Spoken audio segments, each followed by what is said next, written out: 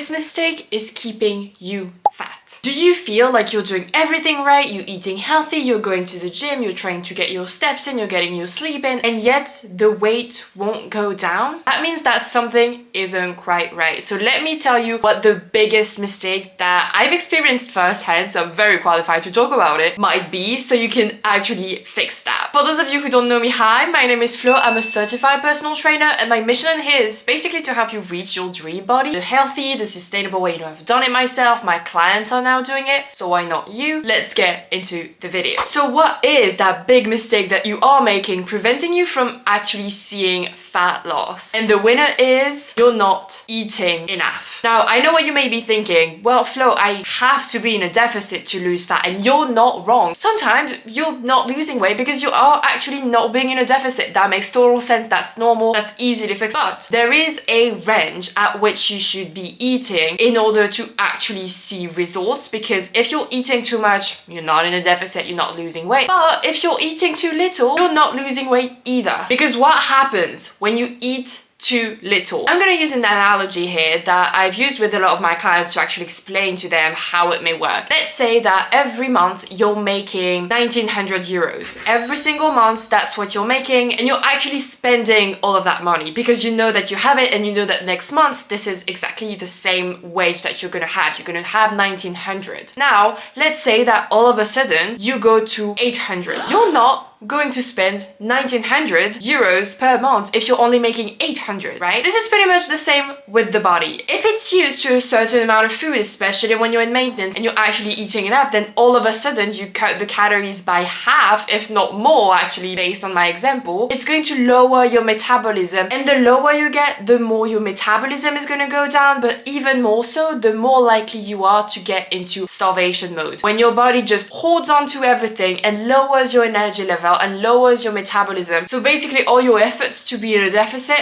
if it's in too big of a deficit, is going to result in nothing, just because your body's only job is to keep you alive. So if it feels like you're threatening, it's going to take the rein here and just decide, okay, here is what I'm going to do, starvation mode. This is not a question, this is what I do until I'm safe. And that mostly happens when you eat below your BMR, or basic metabolic rate, aka the amount of food that you would need to just keep you alive if you were doing absolutely nothing all day, just staying in bed, not doing anything, just breathing and heartbeats and everything that usually goes on in your body without you having to move a muscle. So how you calculate that? Basically, any calorie calculator will do. Your body's not a machine, so it's not going to be an exact number, but it's going to be a good enough indication. They will give you your BMR once you enter your height, weight, age. Once you enter your level of activity, they will give you your total daily energy expenditure, but this is not relevant yet. You want to know your BMR, and that is the number you should never eat under. Now, I know I've posted about this on my Instagram, and people were asking me like, well, what if one day I eat below my BMR? Is it bad? No.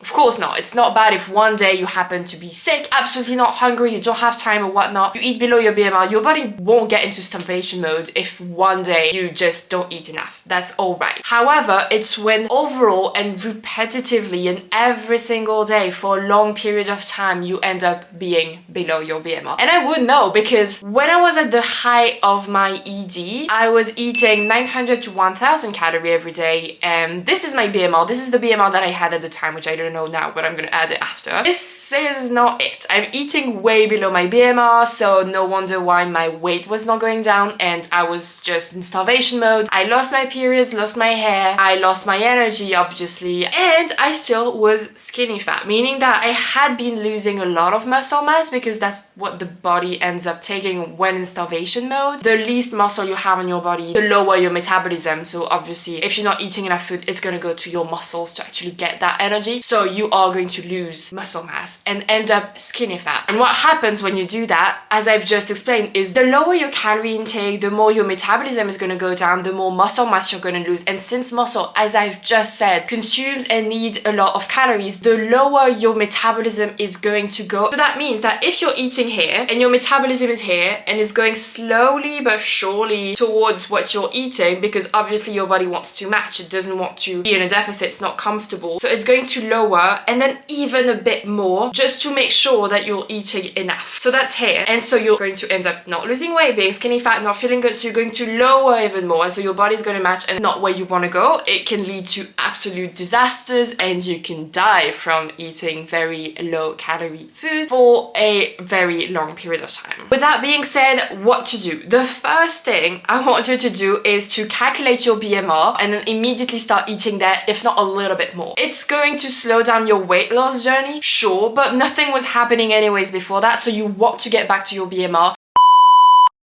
Let's say, again, I'm going to take my own example. This is what I was eating, and that's my BMR that I don't know yet, but I'm going to add here. I'm immediately going to go at least up there, and then even some, maybe 100, 200 additional calories, just to allow my body to kind of breathe and be able to have enough food. This is very, very key. So I will have to say goodbye for now to my weight loss goals because I had not been doing it the right way. So if I'm not doing it the right way, I have to get back to a normal, stable maintenance when my body feels safe dropping fat once I get back into deficit.